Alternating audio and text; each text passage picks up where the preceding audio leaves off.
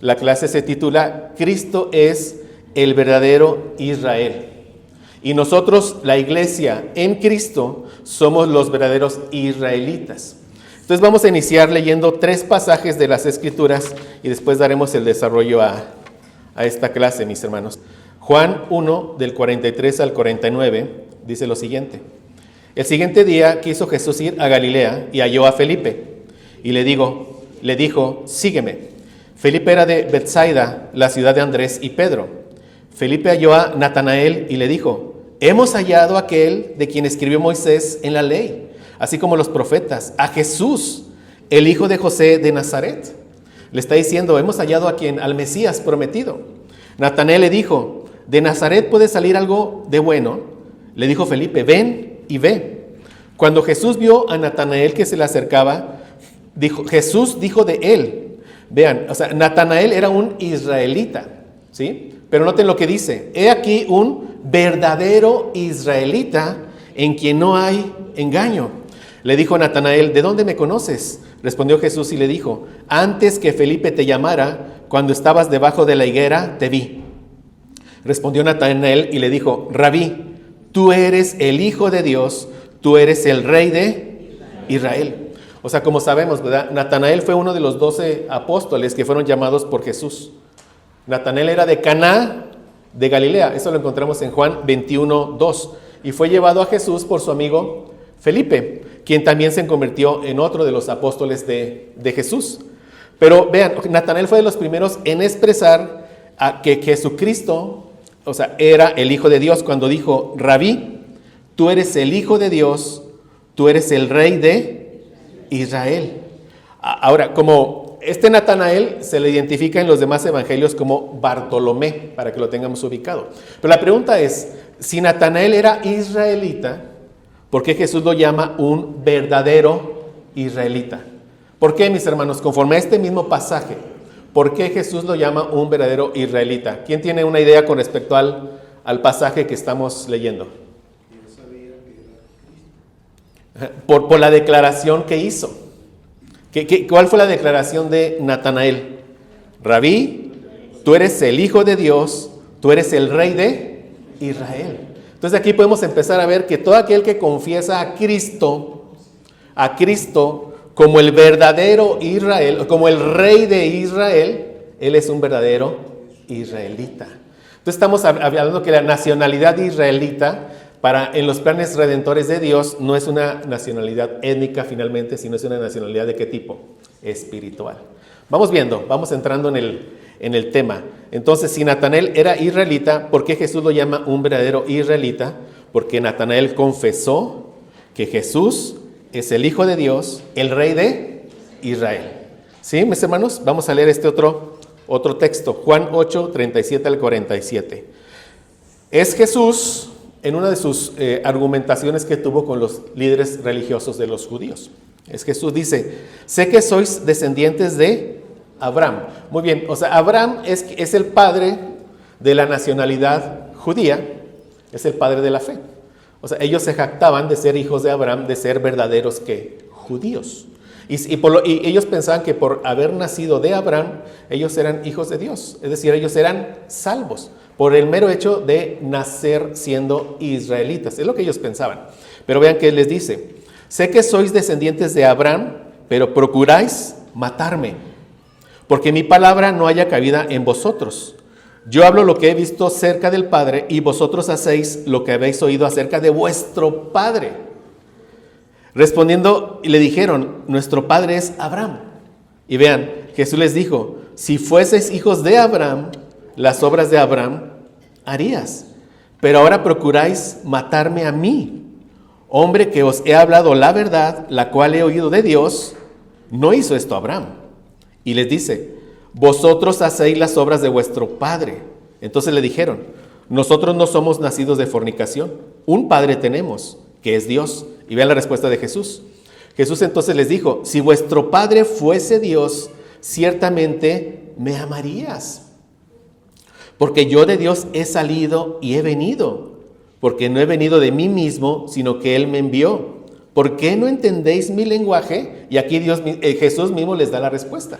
O sea, ¿por qué no entendéis mi lenguaje? Y les dice, porque no podéis escuchar mi palabra. O sea, no podían escuchar la palabra. ¿Y por qué? Porque les dice, vosotros sois hijos de vuestro padre, el diablo. Entonces, de nuevo, estamos hablando de que de una naturaleza que es espiritual. Están los hijos de Abraham, pero notemos, un hijo de Abraham no es aquel que nació de la línea étnica de Abraham, conforme a las palabras de Jesús. Porque ellos argumentan eso, somos hijos de Abraham. Pero ¿qué les dice Jesús? No. Si fueran hijos de Abraham, las obras de vuestro padre Abraham harían. Pero ¿qué quieren hacer? Me quieren matar. Están haciendo las obras de Satanás, que se nos dice en la Biblia que él es homicida desde el principio. Entonces, ¿qué es lo que define si se es un hijo de Dios o no? Si se ama al Hijo de Dios, si se ama a Jesús. Si amamos a Jesús, somos hijos de Dios. Todo aquel que niega a Jesús, conforme a las Escrituras, ¿qué es? Es un hijo del diablo, hablando espiritualmente. Y dice, él ha sido homicida desde el principio, hablando del diablo, y no ha permanecido en la verdad, porque no hay verdad en él. Cuando habla mentira, de suyo habla, porque es mentiroso y padre de mentira. Y dice, y a mí, porque digo la verdad, no me creéis. Y vean lo que dice Jesús. ¿Quién de vosotros me redarguye de pecado? O sea, ¿quién puede decir, quién ha visto en mí un pecado? Y dice la Biblia que en él no se halló engaño en su boca. O sea, no podían acusarle de ningún pecado. ¿Por qué? Porque Jesús, el Hijo de Dios, se encarnó justamente para vivir una vida en obediencia perfecta a su Padre. No cometió un solo pecado, y aquí les está diciendo. Esa es la prueba de que soy verdaderamente el Hijo de Dios, le está diciendo. O sea, no he cometido un solo pecado. Las palabras del Señor Jesucristo. ¿Quién de vosotros me redarguye de pecado? Pues si digo la verdad, ¿por qué vosotros no me creéis? Y vuelve a dar la respuesta. ¿Sí ven? O sea, les pregunta a Jesús y les da la respuesta. ¿Por qué no me creen? Esta es la respuesta. El que es de Dios, las palabras de Dios oye. Por esto no las oís vosotros, porque no sois de Dios. Qué tremendo pasaje. Entonces, si los descendientes de Abraham son israelitas étnicos, ¿por qué Jesús les dice que no son hijos de Abraham, sino del diablo, mis hermanos? Conforme a todo lo que leímos. ¿Sí? Conforme al texto, porque no amaban a Jesús. Porque no amaban a Jesús. Todo lo contrario, odiaban a Jesús y lo querían matar. Hoy en día, todo aquel que niega a Jesús no lo ama, sino lo odia. Y claro que aquel que está sin Cristo está tan entenebrecido que él no lo ve, pero es lo que dicen las Escrituras. Entonces, ¿qué se necesita para ser un verdadero hijo de Abraham, conforme a lo que estamos leyendo? Que ame a su Señor Jesús. ¿Sí vamos, mis hermanos? Otro texto. Este ya es muy claro, mis hermanos. Pero vemos este texto. Y esto es el preámbulo para entrar en la materia, mis hermanos. Dice el apóstol Pablo, vean, pues no es judío el que lo es exteriormente. ¿Qué está diciendo? O sea, el judío no es el de la carne, no es el de sangre judía. ¿Sí lo ven? No es judío el que lo es exteriormente. Y vean, ni es la circuncisión la que se hace exteriormente en la carne. ¿Por qué? Porque la circuncisión física tenía el propósito de separar al pueblo de Israel de todas las demás naciones.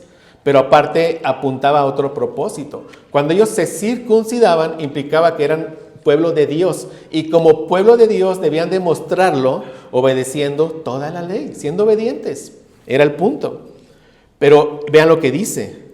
Sino que es judío el que lo es en lo interior.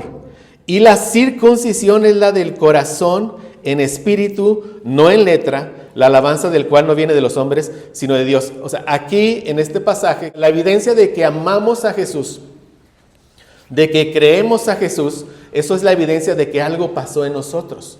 ¿Qué pasó en nosotros? Fuimos circuncidados del corazón por Dios mismo. Cuando en algún día de tu vida, cuando el Evangelio fue predicado, el Espíritu Santo hace una obra milagrosa en tu vida, como hemos aprendido, y es lo que se conoce como la regeneración o como el nuevo nacimiento. ¿Qué hizo el Espíritu Santo? Te quita ese corazón de piedra, duro, que no puede entender a Dios, que no puede amar a Dios, que no puede seguir a Dios. ¿Y qué hace el Espíritu Santo? En su gracia te pone un corazón de carne, que ya otra vez empieza a palpitar, pero por las cosas espirituales. Entonces, con ese corazón de carne, ¿qué pasa? Ahora vuelves a amar a Dios. Ahora vuelves a querer conocer a Dios. Ahora quieres obedecer los mandatos de Dios. Entonces, ¿qué está diciendo aquí el apóstol Pablo? El verdadero judío, vean, el verdadero israelita es aquel en el cual su corazón ha sido circuncidado. Por eso dice, no es la carne, sino es que el corazón. ¿Habla de qué? De una obra espiritual. Entonces, conforme a este pasaje, Romanos 2, 28 y 29, ¿quién es el verdadero judío? ¿Quién es el verdadero israelita, mis hermanos? El que ha sido circuncidado, pero del corazón. Ahora, ¿cuál es la evidencia de que una persona ha sido circuncidado del corazón? Que ama a Jesús y que confiesa a Jesús como el verdadero rey de Israel. ¿Lo ven? Yo le pregunto, ¿usted ha confesado a Jesús? ¿Usted ama a Jesús? ¿Usted dice que Jesús es el rey de Israel? Yo le pregunto, entonces, ¿es usted un verdadero israelita? ¿No se escuchó? Gracias a Dios. ¿Sí lo ve? Sigamos, hermanos. Sigamos. Vamos a ver primeramente por qué. ¿Por qué Jesús es el verdadero Israel? ¿Por qué? Porque Israel, étnico, el pueblo del antiguo pacto, él era supuesto a hacer muchas cosas, como veremos, pero en todas falló. En todas falló. Entonces llega el verdadero Israel, que es nuestro Señor Jesucristo, y Él cumple en todo lo que el Israel étnico falla. Entonces el hecho de que Él haya cumplido con todas las obligaciones del Israel étnico es lo que lo hace ser a Cristo el verdadero israelita. ¿Sí? Pero vamos a ver primero que el antiguo pacto fue quebrantado por Israel. Recordemos, todas las regulaciones que Dios nos da, todas las leyes que Dios le entrega al pueblo étnico de Israel quedan escritas en el Pentateuco. ¿Qué es el Pentateuco? Los primeros 5 libros de la Biblia. ¿Cuáles son? Génesis, Éxodo, Levítico, Números y Deuteronomio. A todas estas se les conocen como la ley en general.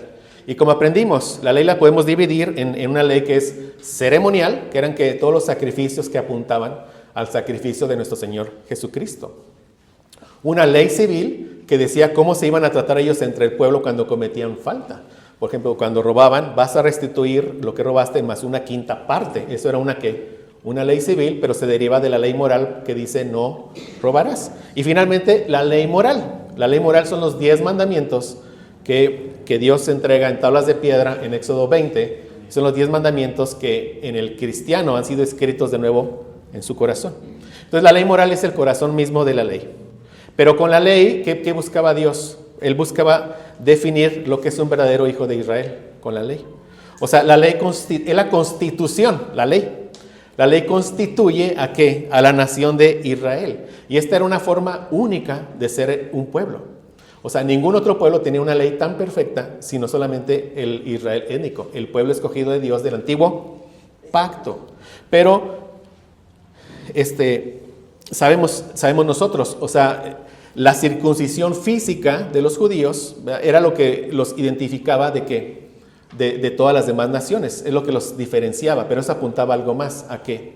Al cumplimiento de la ley. Lo que verdaderamente debía de identificar al pueblo judío, lo que verdaderamente los debía de diferenciar de todos los demás pueblos que cumplieran y obedecieran la ley de Dios. ¿Sí vamos, mis hermanos? Entonces, eso lo vemos aquí, dice Deuteronomio 4, de 6 al 8.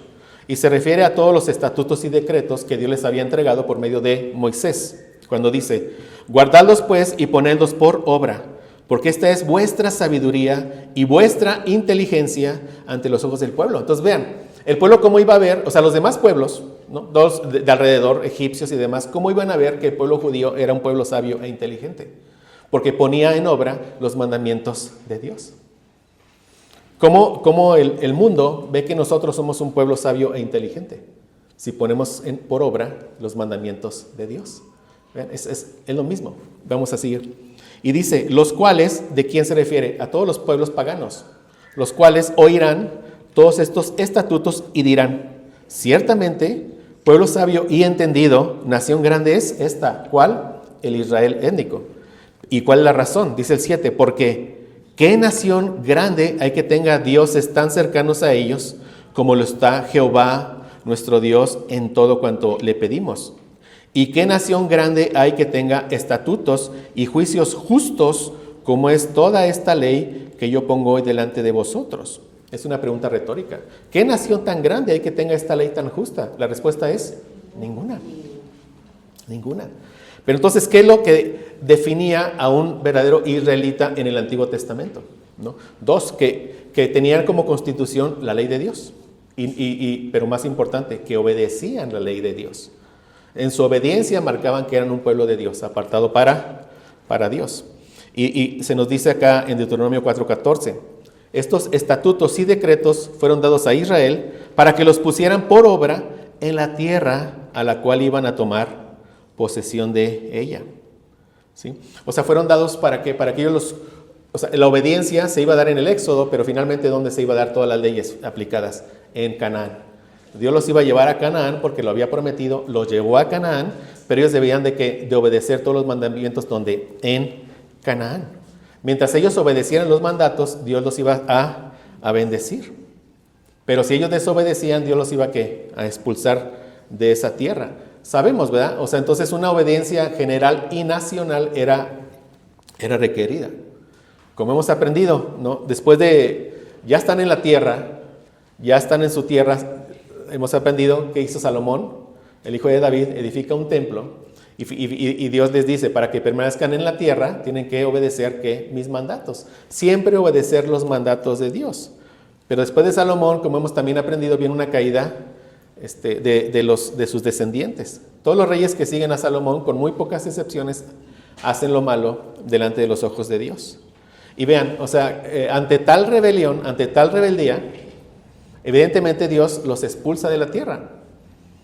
Pero, o sea, eso más bien lo que tiene que sorprendernos, por así decirlo, es la gracia y la misericordia que Dios tuvo para el pueblo del antiguo pacto. Verdaderamente llegaron a hacer cosas abominables, como dice aquí, Segunda de Reyes 17:17, dice, e hicieron pasar a sus hijos y a sus hijas por fuego. Esto es literal. Y se dieron a adivinaciones y agüeros, y se entregaron a hacer lo malo ante los ojos de Jehová, provocándole a ira. Acá se nos dice en el Nuevo Testamento, Romanos 10:21, pero acerca de Israel, y se refiere a Israel étnico, dice, todo el día extendí mis manos a un pueblo rebelde y contradictor. ¿Sí vemos? Ellos habían transgredido el pacto mosaico, y lo dice Oseas 6:7. Ellos, como Adán, refiriéndose al pacto de obras, han transgredido el pacto. Allí me han traicionado. Entonces, también nos dice Jeremías 11:10, se han vuelto a las maldades de sus primeros padres, los cuales no quisieron escuchar mis palabras y se fueron tras dioses ajenos para servirles. La casa de Israel y la casa de Judá invalidaron mi pacto, el cual había yo concertado con sus padres. Entonces, pero también noten ustedes la perfecta armonía de las Escrituras.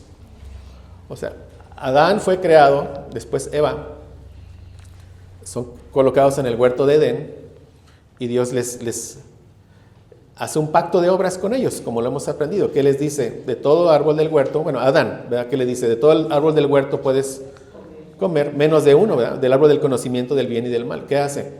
Falla, come, ¿y qué hace Dios? Lo expulsa del Edén. Ahora, vean, viene el nuevo pueblo del antiguo pacto, Dios lo lleva a la tierra prometida. ¿Y qué le dice? Para que permanezcas en la tierra prometida, ¿qué tienes que hacer? Obedecer. Pero ya no perfectamente. En Adán era una obediencia perfecta. Con ellos tuvo mucha gracia, como estamos viendo. Pero finalmente, ¿qué tenían que hacer? Obedecer. Pero se alejaron tanto que ¿qué hizo Dios finalmente? Lo mismo que hizo con Adán. ¿Qué hizo? Los expulsa de la tierra. ¿Sí? Los expulsa de la tierra, un primer exilio en el 586 a.C. bajo Nabucodonosor. Regresan, pero después ¿qué pasa? Viene el Mesías, rechazan al Mesías, profetiza la destrucción del templo, se da en el año 70 después de Cristo y vuelve a expulsar a Israel de manera definitiva, conforme al plan redentor de Dios. Pero lo mismo que pasó en Edén, pasó ¿dónde? En la tierra, en la Canaán. Pero es algo que ya no pasará en la Canaán celestial. ¿Por qué? Porque está garantizada nuestra permanencia eterna por la obediencia del verdadero Rey de Reyes y Señor de Señores, nuestro Señor Jesucristo. Amén. Muy bien. Entonces, si Dios les entrega la ley, la desobedecen, entonces una pregunta que surge es, entonces, ¿para qué les dio la ley? Había varios propósitos, pero dice Gálatas 3:19, entonces, ¿para qué sirve la ley? Fue añadida a causa de las transgresiones, es decir, la ley le fue dada al pueblo para que se dieran cuenta de que verdaderamente eran pecadores, que vieran por la ley que no podían cumplir con la ley, y que por la ley clamaran por alguien que viniera a salvarlos, a cumplir la ley por ellos, ¿no? Por eso dice aquí, hasta que viniese la simiente a quien fue hecha la promesa. ¿Quién es la simiente prometida a Abraham? Nuestro Señor Jesucristo. ¿Sí? Ese era el propósito. O sea, prepararlos para la venida del Mesías, hacerles ver su desesperanza, hacerles ver lo pecadores que eran y clamar por un Salvador. Por eso dice que es un ayo, es como un tutor que nos lleva, la ley es como un tutor que nos lleva de la mano a nuestro Señor Jesucristo. Nos prepara para llevarnos a nuestro Señor Jesucristo. Por eso dice, o sea, ese era uno de los propósitos de la ley, ¿no? Entonces, vean, a la ley se le conoce en el Nuevo Testamento como el ministerio de muerte. ¿Por qué? Porque es mala, ¿no? La ley es buena, santa y justa, pero se le conoce como un ministerio de muerte porque ese era su objetivo, que mostrar que estamos muertos, mostrar que estamos perdidos, que verdaderamente necesitamos de un Salvador. ¿Sí? O sea, cuando tú ves la ley, si eres honesto, te das cuenta que has fallado, no en 1, ni en 2, ni en 3, sino en los 10 mandamientos. En los 10 mandamientos. ¿Sí? Tan simple. O sea, todos nosotros, yo diría que el día de hoy, me atrevería a decir que hemos tenido un mal pensamiento o una mala actitud el día de hoy. Y hablo de todos los que estamos aquí, todos nosotros. Ahora, en nuestro pasado todos hemos mentido, hemos murmurado, nos hemos deleitado en la murmuración. Es un pecado muy grave para los ojos de Dios. Y por hablar de lo que podemos, hablar aquí, pero todos saben, y yo sé, todo lo que hemos pecado, si somos honestos. Dice la Biblia que el que sabe hacer lo bueno y no lo hace, le es pecado. Algo bueno es ir a las Escrituras y encontrarnos ahí con nuestro Señor Jesucristo todos los días. Eso es algo bueno. Lo sabemos, todos lo sabemos, todos lo sabemos. Entonces cada vez que pasa un día sin ir, estoy pecando. ¿Sí lo ven? El que sabe hacer lo bueno y no lo hace, le es pecado. Todos sabemos que tenemos que compartir el Evangelio. ¿Es algo bueno? Sí. ¿Cuándo fue la última vez que usted y que yo compartimos el Evangelio? Es decir, este mundo nos distrae de lo que es verdaderamente importante. ¿Qué es lo importante? Que el reino de Dios avance. Y va a avanzar solamente por medio de ¿qué? De la iglesia. Pero bueno, estamos hablando de que la ley es el ministerio de muerte. Y leamos aquí, 2 Corintios 3, 7 y 9, y después el versículo 11, como lo puse aquí. Dice, y si el ministerio de muerte se refiere a ¿cuál? A la ley. Vea, grabado con letras en piedra, o sea, cuando Dios le entrega las 2 tablas de piedra a Moisés, escritas con el dedo de Dios. Dice, si el ministerio de muerte grabado con letras en piedras fue con gloria, tanto que los hijos de Israel no pudieron fijar la vista en el rostro de Moisés a causa de la gloria de su rostro, la cual había de perecer, vean, ¿cómo no será más bien con gloria el ministerio del Espíritu? Aquí entendamos esto, mis hermanos. O sea, la ley escrita en tablas de piedra, que es lo mismo a la ley escrita aquí en el papel, Éxodo 20. Alguien sin Cristo, cuando la lee, se tiene que ver ahí y tiene que verse acusado por la ley, porque es el propósito de la ley. Por eso es ministerio de muerte. Pero cuando llega el Espíritu Santo a nuestras vidas, entonces aquí ya cambia la misma ley a otro ministerio. ¿Cuál ministerio? El del Espíritu. Porque el Espíritu Santo en nuestras vidas nos lleva a ¿qué? Amar a Dios, a deleitarnos en sus mandamientos y a querer obedecer sus mandamientos. Es lo que está hablando aquí, ese contraste. Pero habla de la misma ley, la misma ley. La ley no es mala, es buena, santa y justa. ¿Dónde está el defecto? Como veremos el siguiente domingo, si Dios quiere, en el corazón del hombre. El corazón del hombre es un corazón malo, pecador, que requiere desesperadamente del Señor Jesucristo.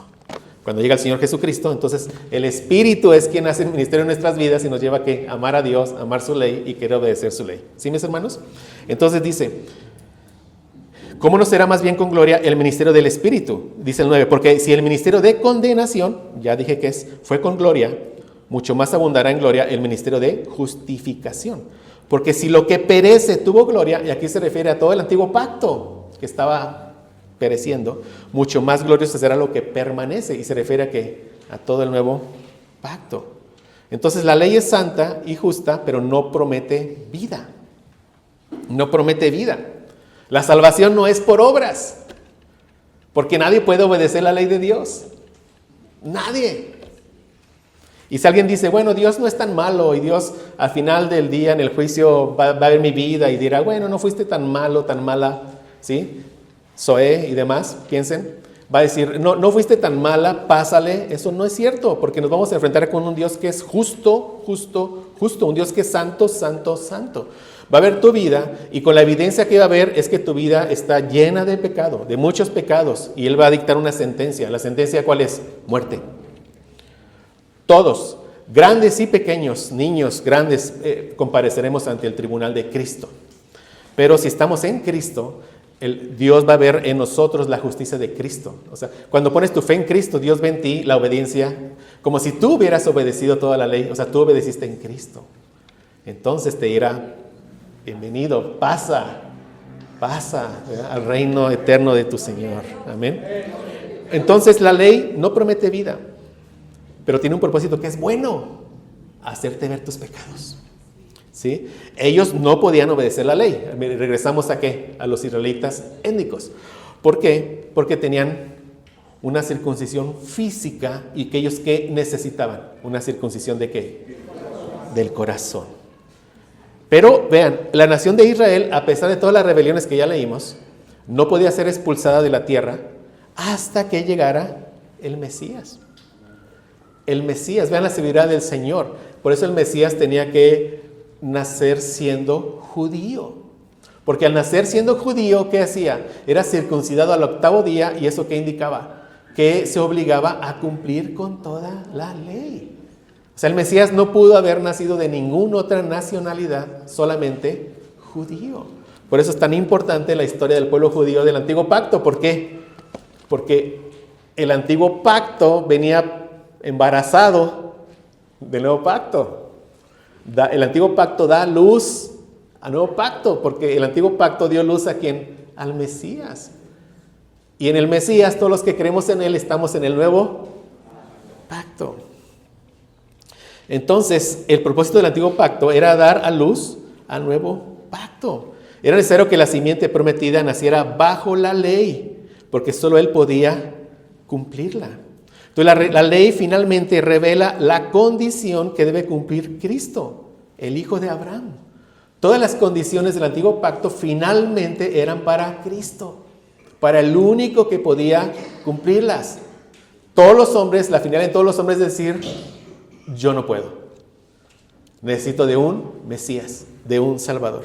Y de esta manera llega Cristo, cumple y trae la bendición espiritual a todas las naciones de la tierra. Por eso dice Gálatas 4:4. Pero cuando vino la plenitud del tiempo, Dios envió a su Hijo, nacido de mujer, nacido bajo la ley. Y Moisés había dicho en Deuteronomio 18:15, Profeta del medio de ti y de tus hermanos, como yo, te levantará Jehová tu Dios. A él oirés. A él oirés. Pero el rechazo del pueblo judío, eso fue ya la prueba definitiva de su apostasía. O sea, el rey prometido llega, está frente a ellos, ¿y qué hacen ellos? Lo rechazan. Ya no había que esperar más para las sanciones, ya no había que esperar más. El Mesías ya estaba, ya había nacido, ya se había presentado primeramente a su pueblo étnico, a los judíos étnicos. ¿Qué hace el pueblo judío? Lo rechaza. Entonces ahora sí vienen el juicio sobre los judíos. Ya no hay más. ¿Y cuál es el juicio? Destruye todo el templo, que en la siguiente hora veremos toda la gravedad que eso implica. Y los expulsa de la tierra, definitivamente. Eso ocurrió en el año 70 después de Cristo. ¿Sí? Vean, Mateo 27, 20 al 22. Dice, pero los principales sacerdotes y los ancianos persuadieron a la multitud que pidiese a Barrabás y que Jesús fuese muerto. Y respondiendo el gobernador les dijo, ¿a cuál de los dos queréis que os suelte? Ellos dijeron, a Barrabás. Pilato les dijo, ¿qué pues haré de Jesús, llamado el Cristo? Todos le dijeron en gritos, ¿no? A voz de grito, sea crucificado. O sea, su pueblo étnico lo rechaza. Entonces, el rechazo nacional del Mesías provocó que los judíos fueran definitivamente cortados del pacto. Esto se da en el año 70 después de Cristo con la destrucción del templo. Y así como Adán fue expulsado del Edén, vean, sin posibilidad de regresar, los judíos ya como una nación fueron expulsados de la tierra prometida por haber rechazado a la simiente prometida. Y su propósito como nación, esto es bien importante, como nación en los planes redentores de Dios, llegó a su fin. Ahí terminó ya el pueblo del antiguo pacto. Claro que esto lo hemos visto de muchas maneras, espero, por las Escrituras.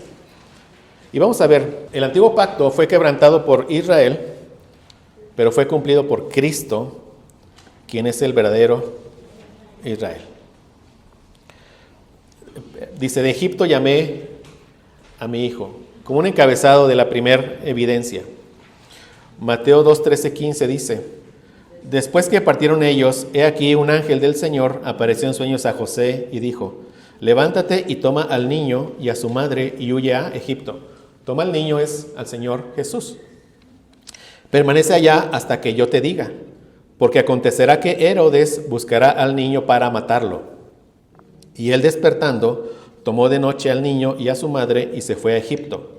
Y estuvo allá hasta la muerte de Herodes. ¿Pero para qué? Dice, para que se cumpliese lo que dijo el Señor por medio del profeta cuando dijo, de Egipto llamé a mi hijo. O sea, ¿qué nos está diciendo? Que esas profecías del Antiguo Testamento, muchas de ellas finalmente ¿a quién apuntaban? A nuestro Señor Jesucristo. Y veremos más adelante, o en esta misma hora, a nosotros en Cristo. A nosotros en Cristo. Muchas de ellas. ¿Sí? Pero vean que dice Oseas 11.1, y lo dejé en la Biblia de las Américas. Cuando Israel era niño, yo lo amé, y de Egipto llamé a mi hijo. ¿A qué se refiere esto? Al éxodo de los israelitas se refiere.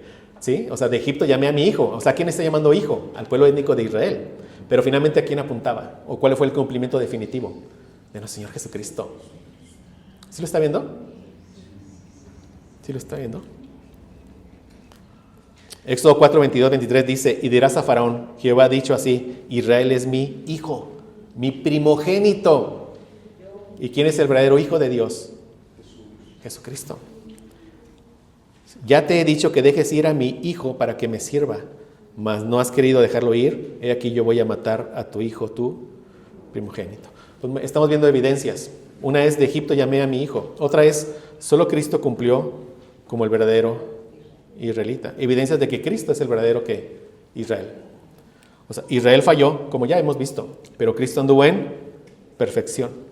Estas demandas del pacto de la circuncisión que fue hecho con Abraham y su descendencia eran en última instancia para el Hijo.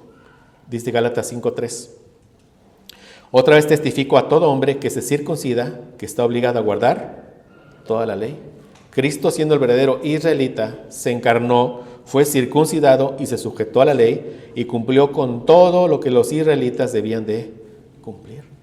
Él mismo dijo en Juan 8:46, ¿quién de vosotros me prueba que tengo pecado? Nadie podía hacerlo.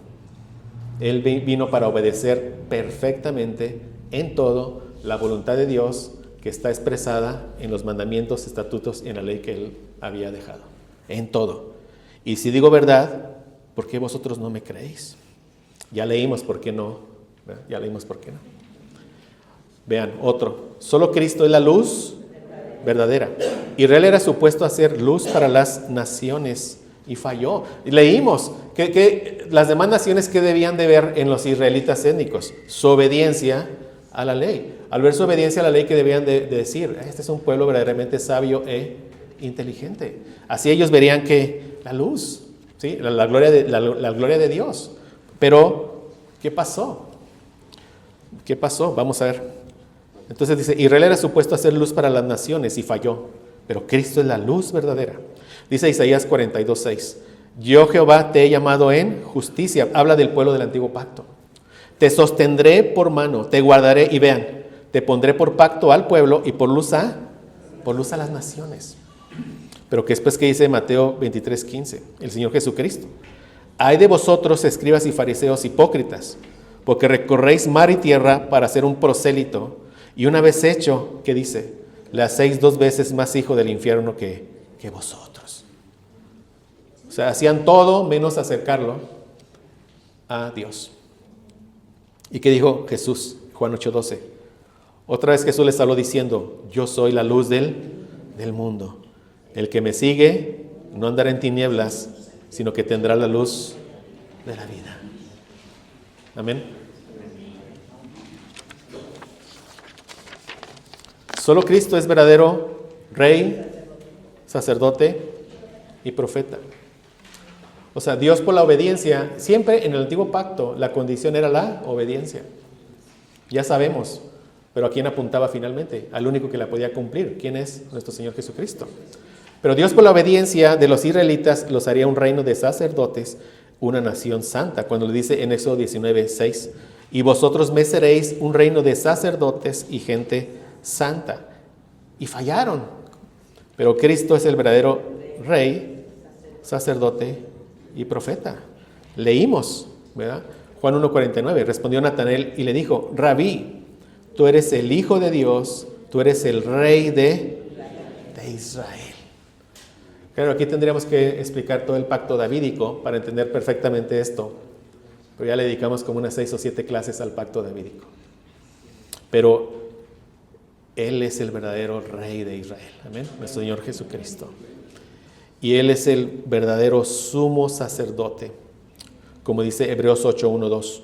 Ahora bien, el punto principal de lo que venimos diciendo es que tenemos tal sumo sacerdote, refiriéndose a quién, a nuestro Señor Jesucristo, el cual se sentó a la diestra del trono de la majestad en los cielos, ministro del santuario y de aquel verdadero tabernáculo que levantó el Señor y no el hombre. Los sacerdotes del antiguo pacto eran pecadores, de la línea de Aarón, vimos de su descendencia, pero eran pecadores. Finalmente ellos tenían que ofrecer primeramente un sacrificio por sus propios pecados y después por los del pueblo. Y cuando ministraban ahí ellos, o sea, quien ministraba en el lugar santísimo, no se podía sentar. ¿Por qué? Porque implicaba que los sacrificios no terminaban. Tenía que ser sacrificio tras sacrificio tras sacrificio. Un sacerdote moría. Y entonces, ¿qué venía? Venía otro sacerdote de la línea de Aarón, era consagrado y de nuevo lo mismo. Pero llega nuestro Señor Jesucristo. ¿Verdad? Y Él mismo es la ofrenda. Él mismo ofrece su vida en sacrificio por los pecados de todo su pueblo. Y una vez que Él ofrece sacrificio, dice que se sentó a la diestra de Dios. ¿Por qué? Porque a partir de ahí ya no había más sacrificio que ofrecer. El sacrificio perfecto ya había sido entregado. Era Él mismo. Fíjate, nuestro Señor Jesucristo es el Rey, el sacerdote, la ofrenda. Amén. Y Él intercede por nosotros. Y Él es el profeta. Hebreos 1:1-2. Dios, hablando muchas veces, de muchas maneras, en otro tiempo a los padres por los profetas, en estos posteros días nos ha hablado por el Hijo. Hoy en día, Dios ya no habla por visiones, ni por sueños, ni por nada de eso. Solo por el Hijo. El Hijo. Dice Hebreos aquí cuando dice, en estos posteros días nos ha hablado por el Hijo, el griego dice, nos ha hablado en Hijo. Nos ha hablado en idioma Hijo. ¿Por qué? Porque en Cristo vemos el cumplimiento de todas las profecías. Como yo les he dicho, o sea, llega el Señor Jesucristo. Aquí está, Antiguo Testamento y Nuevo Testamento. Llega el Señor Jesucristo, la luz, alumbra todo el Antiguo Testamento y vemos toda la gloria de Cristo en el Antiguo Testamento. Ya no requerimos más nada más que conocer al verdadero profeta, a nuestro Señor Jesucristo, solamente. No necesitamos más revelación. Toda la revelación que necesitamos está en las Escrituras. ¿Y quién ya la conoce toda? Entonces, no perdamos tiempo en esas fantasías. Aprovechemos el tiempo que yendo a la palabra y conociendo de quién, del Señor Jesucristo. Pues muy bien, solo Cristo nos muestra la gloria de Dios. Israel era supuesto a mostrar la gloria de Dios a las naciones, pero por causa de ellos su nombre era blasfemado, por causa de los israelitas. Pero en Cristo vemos la gloria de Dios. Mire, Isaías 49:3, y me dijo, tú eres mi siervo, Israel. De nuevo, ¿a quién se refiere? A todo el pueblo del Israel que étnico, en quien yo mostraré mi gloria. ¿Cómo iba a mostrar su gloria? Por medio de la obediencia de ellos. Siempre la obediencia, mis hermanos. ¿Sí? Pero ¿qué dice Romanos 2:24? Pero como está escrito, el nombre de Dios es blasfemado entre los gentiles por causa de vosotros. Eran unos hipócritas. Pero vean, Juan 1:14. Aquel verbo fue hecho carne, habitó entre nosotros y vimos su gloria. ¿La gloria de quién? La gloria de Dios. Solo Cristo nos muestra la gloria de Dios. El que ha visto al Hijo, ha visto al Padre. ¿Y dónde nos muestra la gloria de Dios? En las Escrituras. En las Escrituras. Cuando te encuentras con Cristo, estás teniendo un encuentro con Dios Padre en las Escrituras. Solo Cristo nos muestra la gloria de Dios. Aquel verbo fue hecho carne, habitó entre nosotros, vimos su gloria, gloria como del unigénito del Padre, lleno de gracia y de verdad. Otro. El propósito de la ley es llevarnos... Otro punto ya, o sea, aquí estamos cerrando el punto de que Cristo es el verdadero Israel. Entonces hemos visto que el propósito de la ley es llevarnos a Cristo, pero ya sabemos quién es Cristo. ¿Quién es Cristo? El verdadero Israel. Gálatas 3:24. De manera que la ley ha sido nuestro ayo, nuestro tutor, alguien que nos lleva como que de la mano. Sí, ahí vamos, nos lleva de la mano para que la ley, es la figura, nos lleva de la mano para entregarnos a nuestro Señor Jesucristo, para que lleguemos y confiemos en nuestro Señor Jesucristo. Llegamos todos cargados, yo no puedo obedecer. Gracias a Dios que reconoces que no puedes obedecer. Y te lleva ¿con quién? Con tu Señor Jesucristo. De manera que la ley ha sido nuestro ayo para llevarnos a Cristo, a fin de que fuésemos justificados por la fe. Si tú crees en el Señor Jesucristo, ve lo que hace Dios Padre. Hace una obra maravillosa, un intercambio que es glorioso. Si pones tu fe en el Señor Jesucristo, la obediencia perfecta de Jesucristo es imputada a ti. Es un acto legal. O sea, es contada a ti. Verdaderamente Dios te ve sin culpa, sin pecado y te declara inocente, perdonado. ¿Por qué? Por los méritos de Jesucristo. Y no solo eso, sino tú por tus pecados llevas la condenación de la muerte sobre tus hombros. Dios esa condenación la quita de ti y la pone en nuestro Señor Jesucristo. Por eso Cristo murió por nuestros pecados. Es lo que dice aquí, justificados por la fe. Entonces, Cristo es el verdadero Israel. El propósito de la ley es llevarnos ¿a quién? A Cristo, quien es el verdadero Israel. Y nosotros, los cristianos, al creer en Cristo, al estar en Cristo, somos el verdadero Israel. Vamos a cerrar con este punto. Así como Israel era supuesto a ser luz para las naciones, nosotros, ya estamos hablando de la iglesia, somos la luz del mundo, porque estamos en Cristo, quien es la luz del mundo. Mateo 5, 14 y 15. Estas palabras son para nosotros, mis hermanos, ya. Vosotros sois la luz del mundo. ¿Cómo vamos a mostrar al mundo que verdaderamente somos la luz de ellos? Número 1, por nuestra obediencia. Siempre por nuestra obediencia, por nuestra santidad. Número 2, compartiéndoles el evangelio. Número 3, haciendo discípulos. No es solo compartirle y ahí te dejo. No, te comparto, te doy seguimiento hasta que tú por tu propia iniciativa vengas y llegues aquí temprano, acomodes sillas, pongas café. Ya, gracias a Dios, ya, vamos por otro. ¿Sí, mis hermanos? Vosotros sois la luz del mundo. Aquí son palabras para los que hemos creído en nuestro Señor Jesucristo. Y nos dice, una ciudad asentada sobre un monte no se puede esconder, ni se enciende una luz y se pone debajo de un almud o debajo de una cama. O sea, sería algo absurdo, sino sobre el candelero. alumbra a todos los que están en casa. Entonces, así como Israel era supuesto a mostrar la gloria de Dios a las naciones, nosotros en Cristo, vean, somos la casa de Dios, que es la iglesia del Dios viviente, ¿sí? Nosotros somos columna y baluarte de la verdad y somos mensajeros, nosotros, de la gloria de Dios. Entonces, nosotros en Cristo somos los que mostramos la gloria de Dios a las naciones. ¿Sí me está siguiendo, mi hermano? Dice 2 Corintios 8:23, en cuanto a Tito, es mi compañero y colaborador para con vosotros, y en cuanto a nuestros hermanos, son mensajeros de las iglesias y gloria de Cristo. O sea, nosotros somos los que mostramos la gloria de Cristo al mundo. Wow. Que el Señor nos ayude aquí a confrontarnos de manera santa, revisar nuestras vidas, ver si estamos cumpliendo con el propósito para el cual fuimos llamados, arrepentirnos donde no estamos cumpliendo, rogar de su gracia y seguir avanzando, ¿verdad? Seguir avanzando. Somos la luz del mundo, nosotros somos los que mostramos la gloria de Cristo aquí, al mundo. Esto nos lo dice de otra forma, de otra manera aquí en Efesios 2:4-6.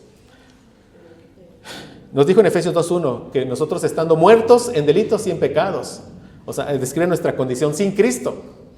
La condición sin Cristo es alguien que está muerto, alguien que no busca a Dios. Y ya nos dijo eso, pero nos dice, pero Dios, que es rico en misericordia. Misericordia, o sea, Dios no nos trató conforme a nuestros pecados, tuvo misericordia de nosotros. Por nuestros pecados merecemos el juicio de Dios, pero Él tuvo misericordia de nosotros. Nosotros los que hemos creído en Cristo, dice, pero Dios que es rico en misericordia, por su gran amor con que nos amó desde antes de la fundación del mundo. Dice, aún estando vosotros muertos en pecados, nos dio vida juntamente con Cristo. Por gracia sois salvos. Y juntamente con Él nos resucitó. Asimismo nos hizo sentar en los lugares celestiales con Cristo Jesús. Y vean el versículo 7. Dice, para mostrar en los siglos venideros las abundantes riquezas de su gracia en su bondad para con nosotros en Cristo Jesús. ¿Qué dice este texto? Mostrar en los siglos venideros, o sea, desde el día en que Cristo llega a tu vida, de ahí en adelante, para empezar. Desde el día que Cristo llega a tu vida, a partir de ahí en adelante, tú eres un trofeo de la gracia de Dios si estás en Cristo. Es lo que dice esto. Tú estás ahí en la vitrina de los trofeos de nuestro Señor.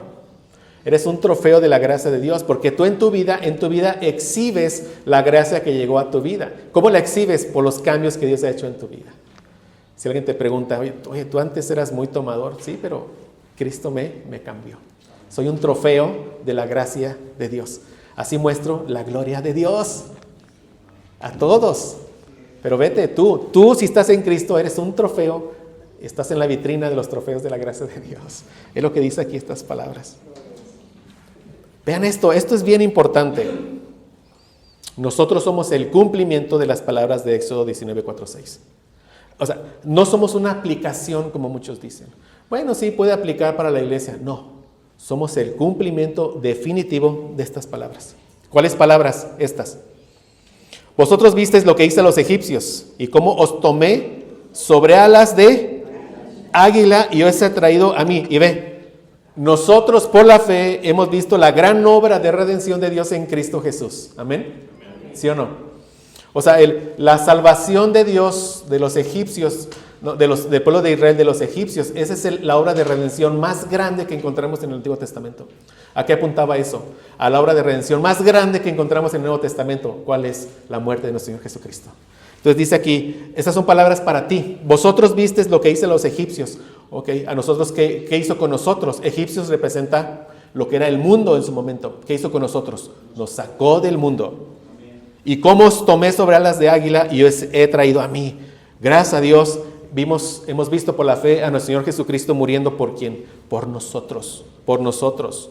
Dice, ahora pues, si dieres oído a mi voz y guardares mi pacto, en este caso era condicional, vosotros seréis mi especial tesoro sobre todos los pueblos, porque mía es toda la tierra. Y dice, vosotros me seréis un reino de sacerdotes y de gente santa. Estas son las palabras que dirás a los hijos de Israel. Y nosotros en Cristo hemos guardado el pacto. Cristo obedeció perfectamente y por la fe nos ha imputado su justicia. Todos nosotros en Cristo ya hemos obedecido el pacto. ¿Sí? Todos en Cristo hemos obedecido el pacto. Entonces ya estas palabras, digámoslo así, y ahora porque tú estás en Cristo, entonces ahora tú eres, nos está diciendo nosotros, somos su especial tesoro y somos su reino de sacerdotes y somos su pueblo santo. Somos nosotros. Y eso lo dice la palabra de Dios. 1 Pedro 2:9. Aquí nos dice a nosotros, de nuevo, a los que estamos unidos a Cristo. Mas vosotros sois, y va aquí el apóstol Pedro menciona Éxodo 19 del 4 al 6. Pero ya lo aplica ¿a quién? A la iglesia. O sea, nosotros somos el cumplimiento de las palabras de Éxodo. Mas vosotros sois linaje escogido, real sacerdocio, nación santa, pueblo adquirido por Dios, ¿para qué? Para que anunciemos las virtudes de aquel que nos llamó de las tinieblas a su luz admirable. Somos los sacerdotes del nuevo templo. Eso lo veremos en detalle el próximo domingo, si Dios quiere. Había muchas características en la vestimenta de los sacerdotes que apuntaban en primer lugar a nuestro Señor Jesucristo, pero algunas de ellas también a nosotros. O sea, una parte de la vestimenta de los sacerdotes del antiguo pacto es que llevaban una mitra, es un turbante, y en la frente llevaban una lámina de oro, y en esa lámina de oro llevaban unas palabras que decía santidad a Jehová. Leamos esto, Éxodo 28, 36 y 37, dice: harás además una lámina de oro fino y grabarás en ella como grabadura de sello, santidad a Jehová, y la pondrás con un cordón de azul y estará sobre la mitra, por la parte delantera de la mitra estará. Entonces eso quiere decir que el sumo sacerdote, cuando entraba al lugar santísimo, él estaba, por eso ofrecía sacrificios por él mismo y por el pueblo. Él mismo debía hacer ¿qué? Santidad ¿qué? A Jehová. Pero ¿quién fue santidad a Jehová? Nuestro Señor Jesucristo. Nuestro Señor Jesucristo. Él es el que llevaba, él verdaderamente, el verdadero turbante y la verdadera lámina de oro con estas palabras, nuestro Señor Jesucristo. Entró como un sacrificio vivo, pero con las palabras santidad ¿para quién? Para Jehová, porque obedeció perfectamente. Amén. Nosotros, cada uno de nosotros llevamos ese turbante y en nuestra frente ¿qué llevamos? Santidad a Jehová. Acuérdate de eso. Acuérdate de eso. Tú llevas un turbante porque eres el sacerdote del nuevo templo. En la frente llevas santidad a Jehová. Acuérdate de eso en todo lo que hagas en tu vida. En tu trabajo, en tu escuela, en lo que vemos, que el Señor nos ayude. Ese siempre lo llevamos, estemos conscientes o no. Santidad a Jehová. Así como la ley definía lo que significaba ser un hijo de Israel, un pueblo apartado para Dios, Cristo, por su ley escrita en nuestros corazones, define lo que significa ser un verdadero israelita, una forma única de ser un pueblo apartado para Dios. Esto es lo que las naciones del mundo deben decir de la iglesia de Cristo, de nosotros. Ahora, Deuteronomio 4, 7, 8, pero ahora estas palabras son para nosotros, para la iglesia. Porque dice, ¿qué nación grande hay que tenga dioses tan cercanos a ellos como lo está Jehová nuestro Dios en todo cuanto le pedimos? ¿A cuál nación tan grande se refiere aquí? Al verdadero Israel. Estas palabras son para nosotros, ¿sí, mis hermanos? ¿Y qué nación grande hay que tenga estatutos y juicios justos, que es toda esta ley que yo pongo hoy delante de vosotros? ¿Qué otra nación tiene esta ley tan justa? ¿Qué otra nación puede leer y entender esta ley? ¿Qué otra nación ama esta ley? ¿Qué otra nación quiere poner por práctica esta ley? ¿Qué otra nación sino el verdadero Israel? Nosotros. Amén. Entonces, estas palabras son para nosotros. Deuteronomio 4:6. Guardarlos pues y ponerlos por obra. Porque esta es vuestra sabiduría y vuestra inteligencia ante los ojos de los pueblos, los cuales el mundo alrededor oirán todos estos estatutos y dirán, ciertamente, pueblo sabio y entendido, nación grande es esta. ¿Cuál? La iglesia. La iglesia.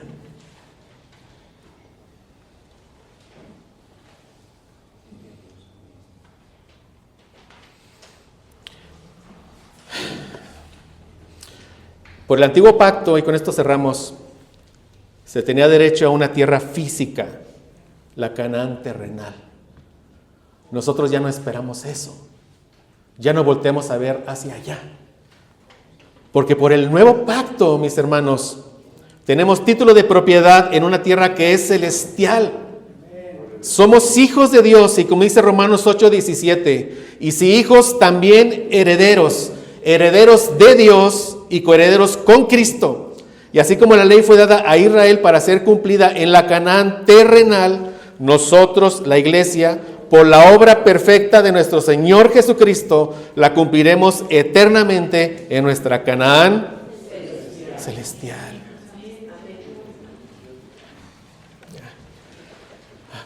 Padre Santo, gracias por tu palabra, Señor. Verdaderamente, graba estas palabras en nuestros corazones, Señor. Haznos entender esa gloriosa identidad que nos has dado en nuestro Señor Jesucristo. Gracias porque por tu Espíritu y por tu santa palabra entendemos que nuestro Señor Jesucristo es el verdadero Israel. Él es el único que cumplió, que te obedeció en todo. Y murió para dar vida al pueblo del nuevo pacto. Murió para dar vida al nuevo Israel que por gracia somos nosotros, la iglesia. Ayúdanos, Señor, a comportarnos conforme a nuestra verdadera nacionalidad. Ayúdanos a entender que en todo lo que hacemos llevamos en nuestra frente estas palabras: santidad a Jehová. Ayúdanos, Padre, a que verdaderamente los ojos de los pueblos del mundo, al vernos a nosotros, que vean el amor que tenemos por ti, que vean nuestra obediencia a ti y que la vean en nuestra obediencia a tus mandatos. Y que exclamen: ciertamente pueblo sabio y entendido y nación grande es esta tu iglesia. Ayúdanos, Padre. Ayúdanos, Señor. Y gracias, bendito Padre. Gracias. Síguenos ministrando con tu bendita palabra y con tu Espíritu Santo. Le damos gracias porque lo puedes hacer por los méritos de nuestro bendito Cristo en la cruz del Calvario. Amén.